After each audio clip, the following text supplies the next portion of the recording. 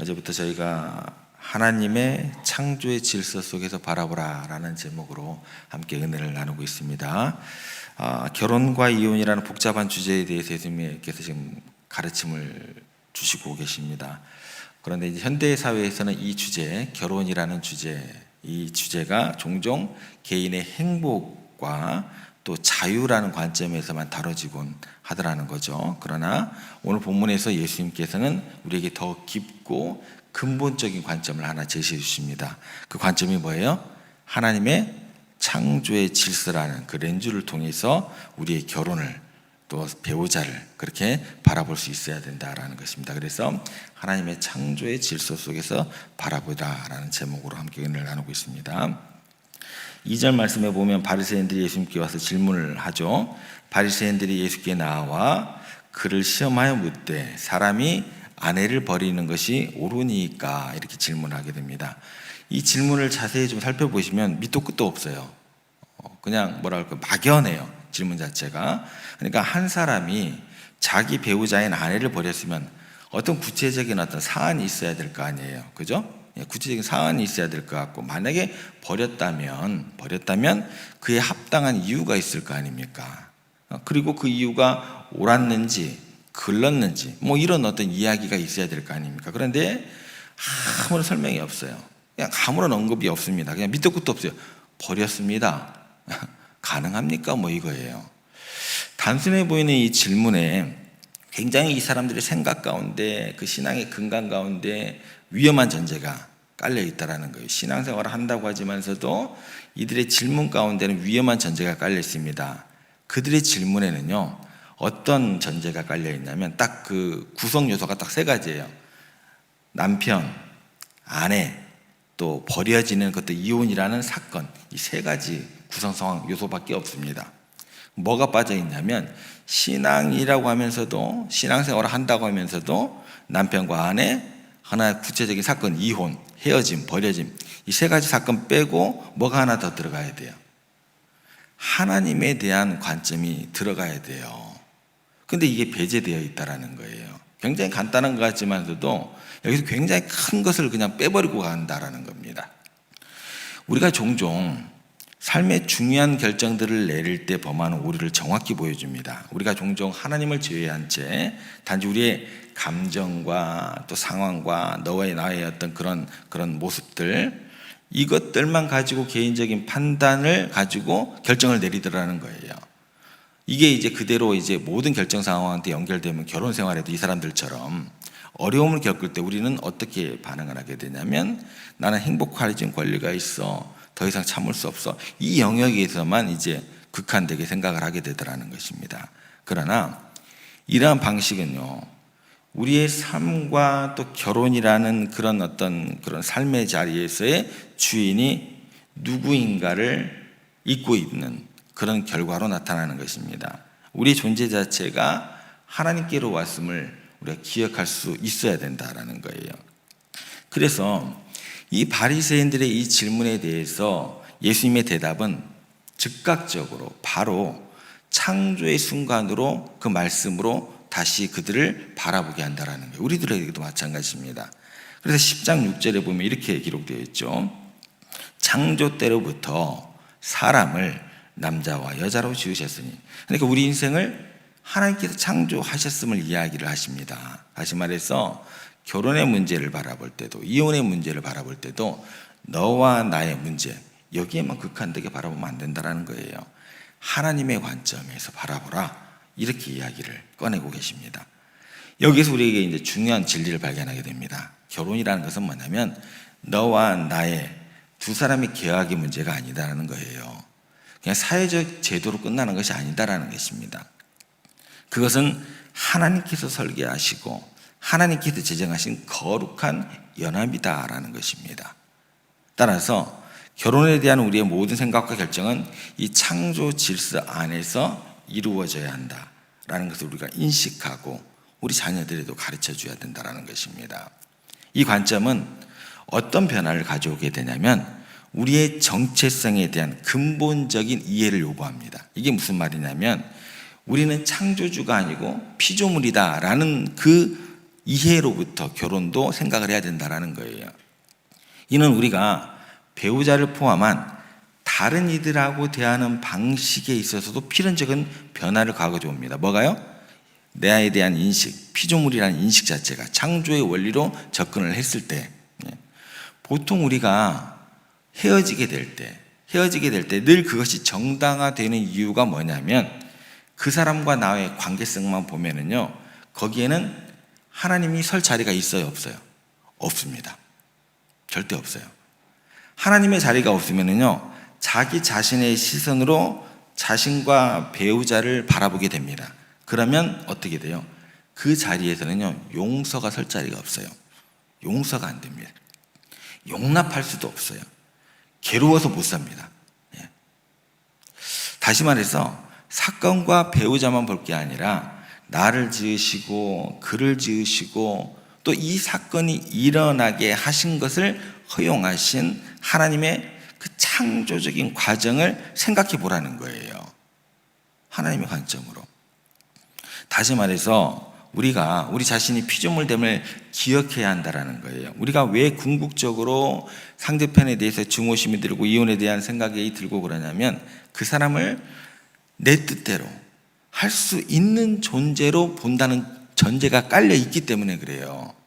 그 사람을 하나님께서 하나님 뜻대로 지으신 하나님의 작품으로 보는 게 아니에요. 마치 내가 그 사람의 인생을 주관하고 있는 것으로 생각을 하게 됩니다. 그런데요, 창조의 원리로 바라보게 되면 그 사람은 누가 지은 거예요? 내가 지은 게 아니에요. 하나님께서 창조하신 거예요. 지으신 분이 따로 있다는 것입니다. 나는 그가 지음받을 때 그 창조의 과정에서 아무런 역할을 하지 못했다는 거예요.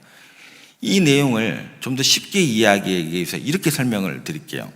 하나님께서 아담에게 하와를 이렇게 옆에 주실 때, 만들어 주실 때 아담을 어떤 상태로 두고 만드셨는가를 생각하시면 됩니다. 하나님께서 아담을 어떻게 하셨죠? 하와를 만들어 주실 때 깊이 잠들게 하신 다음에 만들었어요.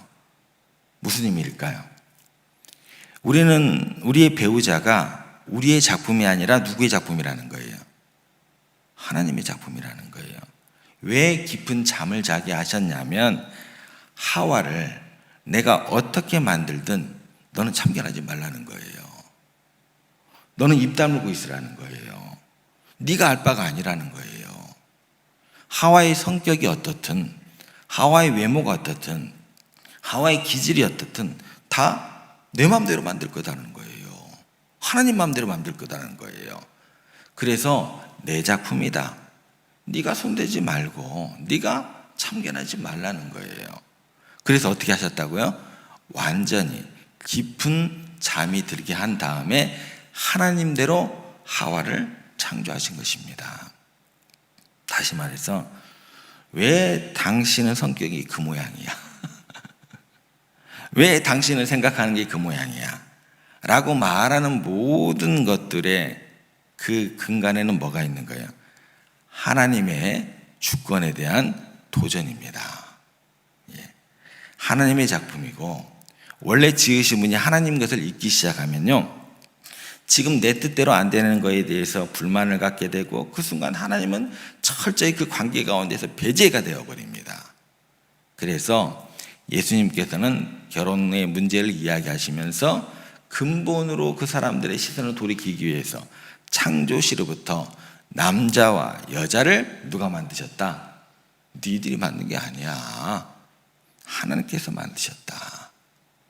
너희들이 평가할 일이 아니다. 이렇게 이야기를 하시는 거예요. 여러분, 하나님이 섭리 안에서 보면 우리가 심각하게 생각하는 것도 어떤 이유가 있고 그렇게 심각하지 않은 것일 수 있는 결과를 초래하게 됩니다. 이렇게 되면은요, 내 자신이 하나님께 지음받은 피조물이듯이 그 사람도 하나님의 뜻대로 만들어진 존재라는 거예요. 그래서 그 사람이 내 중심으로 내 마음대로 움직여지지 않는 것이고 내 뜻대로 내가 옳다고 생각하는 대로만 그 사람이 행동해야 되는 것도 아니다라는 거예요. 지음받는 존재가 창조주나 되는 것처럼 다른 사람의 생각과 행동 방식을 요구하고 이런 것은 옳지가 않습니다.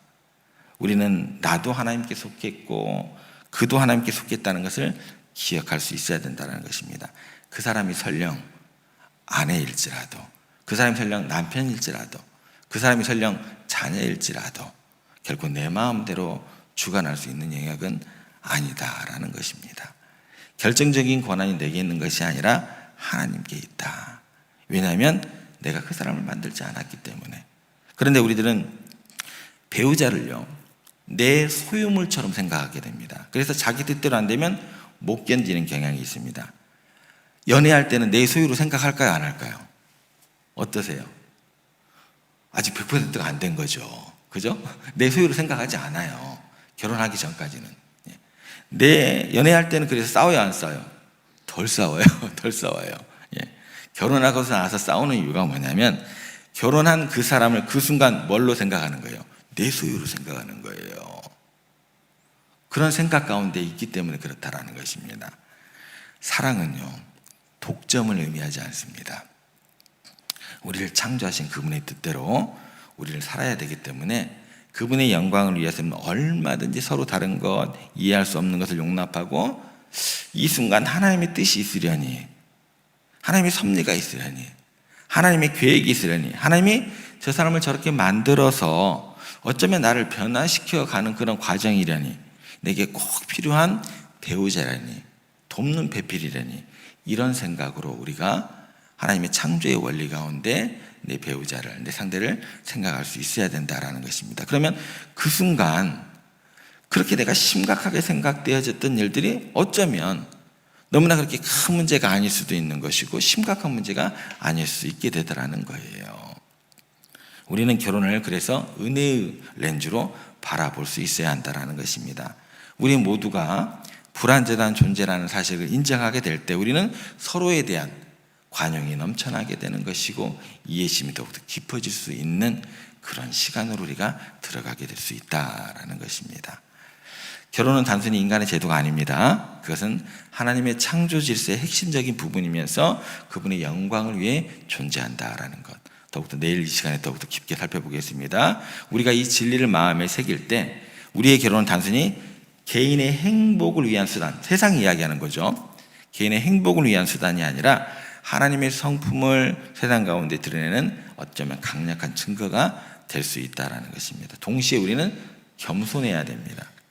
우리 모두는 불완전하면서 하나님의 은혜가 필요한 존재입니다. 그래서 결혼 생활을 겪는 그 어려움들을 통해서 우리는 더욱더 예수님을 의지하게 되고 그분의 사랑이 얼마나 더 깊은지, 얼마나 더 크고 넓은지 경험하게 되는 기회로 우리가 여길 수 있으면 더욱더 좋을 것 같습니다. 오늘 말씀을 통해서 우리 모두가 결혼을 하나님의 관점에서 바라볼 수 있기를 바랍니다. 배우자를 하나님의 선물로, 그리고 우리를 성장시키는 동반자로서 보는 지혜를 구하고 그런 지혜를 갖게 되기를 우리 자녀들을 위해서 기도하시고 그렇게 그들에게 권면하시기를 부탁을 드립니다. 그래서 모든 상황 속에서 하나님의 영광을 구하는 삶을 살아갔으면 더더욱 좋겠습니다. 우리 삶과 관계가 하나님의 아름다운 창조 질서를 반영하고 그분의 무한한 사랑과 은혜를 세상 가운데 드러내는 여러분들의 삶, 우리 자녀들의 결혼 생활, 또 모든 삶의 자리가 되기를 주님의 이름으로 부탁을 드립니다.